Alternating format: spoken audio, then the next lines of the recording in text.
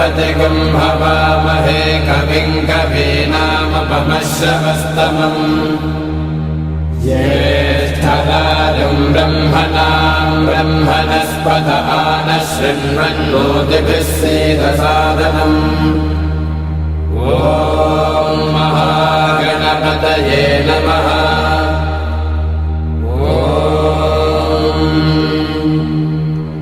भद्रं कर्णेभिः शृणुयाम देवाः भद्रं पश्येमाक्षभिर्यजत्राः स्थिरैरङ्गैस्तुष्टुवागुंसस्तनूभिः विषेम देवहितैर्यदायुः स्वस्ति न इन्द्रो वृद्धश्रवाः स्वस्ति नः पूषा विश्ववेदाः स्वस्ति नस्ताक्षो अरिष्टनेमिः स्वस्ति नो बृहस्पतिर्दधातु।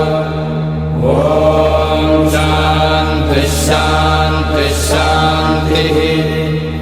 अनन्त संसार समुद्रतार नौकायिदाभ्यां गुरुभक्तिदाभ्यां वैराग्य साम्राज्यद पूजनाभ्यां नमो नमः श्रीगुरुपादुकाभ्याम्।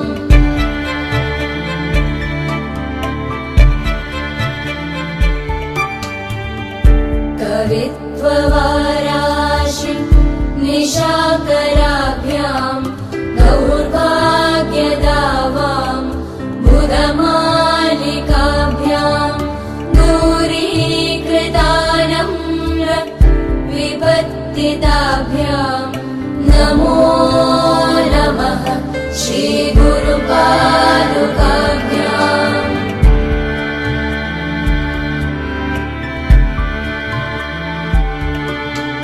नताययो श्रीपतितां समीयुः कदाचिदभ्याश